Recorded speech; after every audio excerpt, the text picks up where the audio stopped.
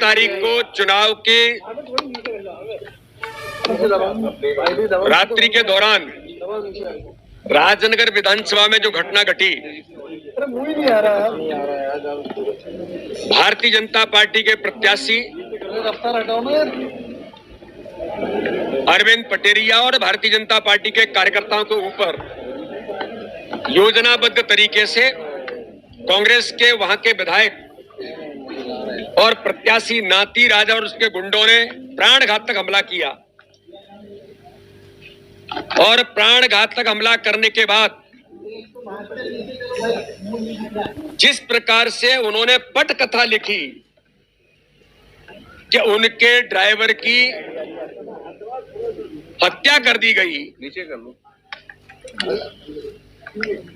स्वयं उनके पूर्व मुख्यमंत्री कमलनाथ जी ने ये कहा कि मैंने नाती राय से बात की, कोई घटना नहीं की, सामान्य तौर पर बहस थी। और उसके बाद इस कहानी को गढ़ करके उनके ड्राइवर, जिनका करैक्टर आपराधिक प्रवृत्ति का है, एक उनका सलमान खान जो किसी गाड़ी से दबकर जिनकी मृत्यु हुई है, उनका एक वीडियो ओपन देसी कट्टा से गोली चलाते हुए जारी हुआ है। और कोई ड्राइवर अपने मालिक को बचाने के लिए गाड़ी लेकर के भागेगा कि दूसरों पर अटैक करेगा? वो ड्राइवर था कि शूटर था? और किस गाड़ी से दबे, क्या हुआ? ये पुलिस प्रशासन ने, जिला प्रशासन ने जो 22 कार्रवाई की है, भारतीय जनता पार्टी के प्रत्याशी सहित 20 कार्यकर्ता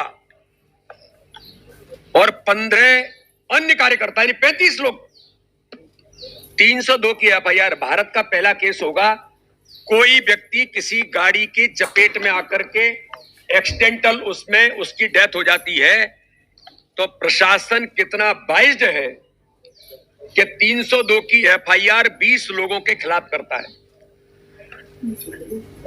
चूंकि इलेक्शन कमीशन,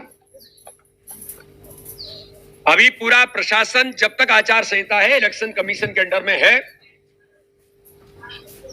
तो एक और एक पक्षी कार्रवाई करते हुए केवल नाती राजा और उनके गुंडों के कहने पर 302 की एफआईआर भारतीय जनता पार्टी के कार्यकर्ताओं के खिलाफ हुई, हमारे प्रत्याशी के खिलाफ हुई।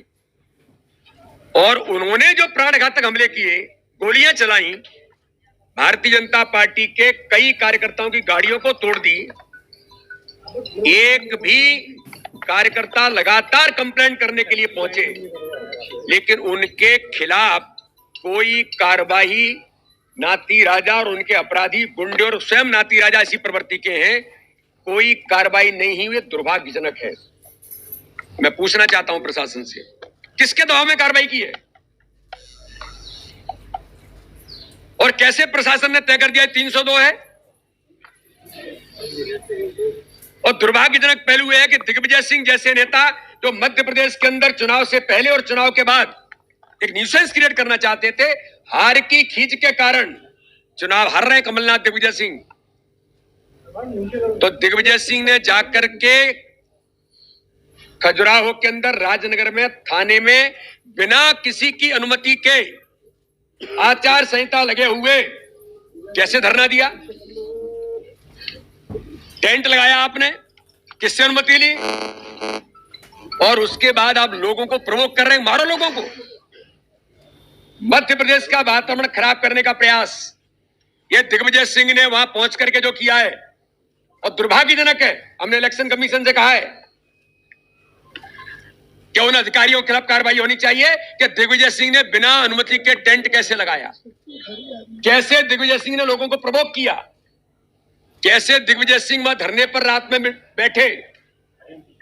अगर ऐसे अधिकारियों के खिलाफ भी कड़ी कानूनी कार्रवाई होनी चाहिए जिन्होंने बिना किसी की अनुमति लिए आचार संहिता के दौरान इस प्रकार का आपराधिक कृत्य किया है।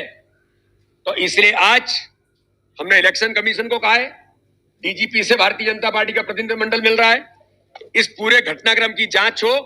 और सलमान खान की जो मृत्यु है, मुझे संवेदना है, कोई भी व्यक्ति है, चाहे अपराधी हो या कोई भी हो, अगर किसी की मृत्यु हुई है, मैं उनकी मृत्यु पर संवेदना व्यक्त करता हूं, मेरे संसदीय क्षेत्र है। लेकिन मैं तो उन मुस्लिम भाइयों से भी कहना चाहता हूं, और मैं मीडिया के सामने गंभीर आरोप लगा रहा हूं, सलमान खान को स्वयं नाती राजा ने और उनके लोगों ने अपनी गाड़ी से दबा करके हत्या की है। इसकी जांच होनी चाहिए।